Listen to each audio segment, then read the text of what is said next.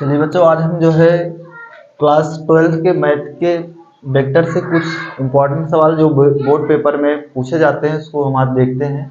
जैसे पहला सवाल दिया गया है, यदि सदिश 2i plus J cap minus A cap तथा सदिश इतना परस्पर लंब है तो ए का मान ज्ञात करना है हमें। तो हमने ये लिखा है पहला, इसको हमने मान लिया vector A 2i plus J minus A cap plus vector B equal to I cap plus 4j cap plus K cap. कह रहा है ये दोनों सदिश परस्पर लंब हैं। अगर दो सदिश परस्पर लंब होते हैं तो हमारा फार्मूला होता है a dot B equal to 0। कैसे होता है, जैसे हम जानते हैं अगर हमारे पास दो सदिश दिए गए हैं उनके बीच का कोण निकालना हो तो हमारे पास फार्मूला होता है mod of a into mod of b into cos theta. ठीक है, कह रहा है दोनों सदिश परस्पर क्या है, लंब है। अगर दो सदिश परस्पर लंब है तो इन दोनों सदिशों के बीच का कोण कितने अंश का बनेगा, 90 अंश का बनेगा। तो जब हम यहाँ पे वैल्यू लिखेंगे vector A dot vector B equal to mod of vector A mod of vector B into cos theta, क्या होता है इन दोनों सदिशों के बीच का कोण होता है। तो हम यहाँ पे क्या रखेंगे, ये दोनों सदिश परस्पर लंब है तो इनके बीच का कोण कितना हो जाएगा, 90 अंश। Vector A dot vector B equal to vector A. अब देखिए cos 90 अंश का मान क्या होता है, 0 होता है। तो जब हम यहाँ 0 रखेंगे तो टोटल वैल्यू क्या हो जाएगी, हमारी 0 हो जाएगी।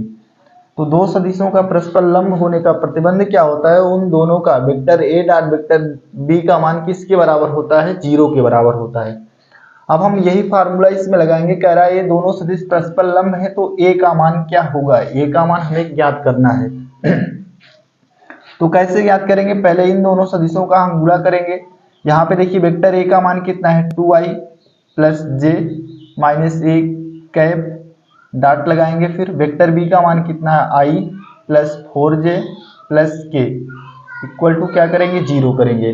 अब इन दोनों का जब हम अदिश गुणा करेंगे तो 2i का गुणा करेंगे 2 हो जाएगा, j का इसमें कितना हो जाएगा प्लस 4 हो जाएगा, माइनस इसका इसमें कितना हो जाएगा माइनस ए हो जाएगा इक्वल टू 0 हो जाएगा। ठीक, अब हम यहाँ पे देखेंगे 4 2 6, इसका मान 6 आ गया, माइनस ए हो गया इक्वल टू 0। तो ए का मान किसके बराबर आ गया, 6 के बराबर आ गया।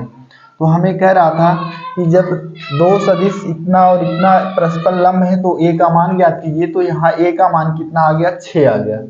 दो सदिश जब परस्पर लंब होते हैं तो इनकी वैल्यू कितनी आ जाती है, 6 आ जाती है। अब इसी तरह हम दूसरा सवाल देखेंगे। कह रहा है सदिश इतना और इतने के बीच का कोण ज्ञात करना है। हमारे पास दो सदिश दिए गए, ये पहला सदिश है और ये दूसरा सदिश है। कह रहा है इन दोनों सदिशों के बीच का कोण ज्ञात कीजिए। तो इन दोनों सदिशों के बीच का कोण हम कैसे निकालेंगे, अगर हम इसको वेक्टर ए मान लेते हैं, vector A equal to I plus J plus K, और वेक्टर बी इक्वल टू हम मान लेते हैं vector B equal to I minus J plus K. अब कह रहा है इनके बीच का कोण ज्ञात करना है। अब हमें इन दोनों सदिशों के बीच का अगर कोण निकालना है तो हमारे पास फार्मूला होता है A dot vector B equal to mod of vector A mod of vector B into cos theta. ये हमारे पास फार्मूला होता है जहाँ थीटा क्या होता है, इन दोनों सदिशों के बीच का कोण होता है, और यही हमें थीटा का मान निकालना भी है। अब हम क्या करेंगे, यहाँ पे सबकी वैल्यू पहले हम निकाल लेते हैं। जैसे A dot B mod of, जैसे वेक्टर ए का मान इतना दिया गया तो हम यहाँ पे लिखेंगे आई प्लस जे प्लस के, फिर डॉट लगाएंगे। वेक्टर बी का मान हमारे पास कितना, I minus J plus K equal to mod of vector A का मतलब इसका हम मापांक निकालेंगे, इसको लिखेंगे आई प्लस जे प्लस के, और यहाँ पे मॉड ऑफ बी का मतलब हो जाएगा इसका मान आई माइनस जे प्लस के इंटू कॉस थीटा। अब देखिए इन दोनों का जब हम गुणा करेंगे तो आई का आई में 1 हो जाएगा, फिर जे का फिर माइनस 1 हो जाएगा, फिर के का प्लस 1 हो जाएगा। और इधर का जब हम इसका मापांक निकालेंगे तो मापांक निकालने का फार्मूला आपको पता है, आई के गुणांक का स्क्वायर प्लस जे के गुणांक का स्क्वायर प्लस के गुणांक का स्क्वायर रूट में होता है। तो यहाँ पे एक का स्क्वायर 1 हो जाएगा, 1 हो जाएगा, 1 हो जाएगा। और यहाँ पे जब हम इसका गुणांक निकालेंगे पुनः, आई के गुणांक का स्क्वायर, आई का गुणांक 1 होता है, 1 का स्क्वायर 1 हो जाएगा। जे का गुणांक माइनस 1 है, इसका भी स्क्वायर करेंगे, इसका भी 1 होगा। और के का गुणांक भी 1 ही है, इसका स्क्वायर 1 हो जाएगा। और यहाँ पे कॉस थीटा हम लिख देंगे। 1 कट गया, यहाँ पे 1 आ गया, यहाँ पे अंडर रूट 3 आ गया, फिर under root 3 into cos theta हो गया। फिर 1 इक्वल टू कितना हो जाएगा, रूट 3 3 कितना हो जाएगा, 3 कॉस थीटा हो जाएगा। यहाँ से हम लिखेंगे 1/3 इक्वल टू cos थीटा, या हम लिख सकते हैं theta equal to cos inverse 1/3। तो हमें इन दोनों के बीच का कोण निकल गया। इन दोनों के बीच का कोण हम बता सकते हैं कितना होगा, थीटा का मान cos इनवर्स 1/3 होगा।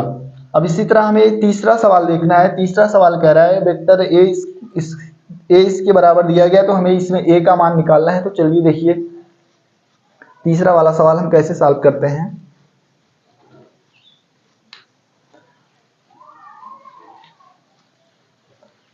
तीसरा दिया गया है vector A dot vector B equal to mod of A cross mod of B.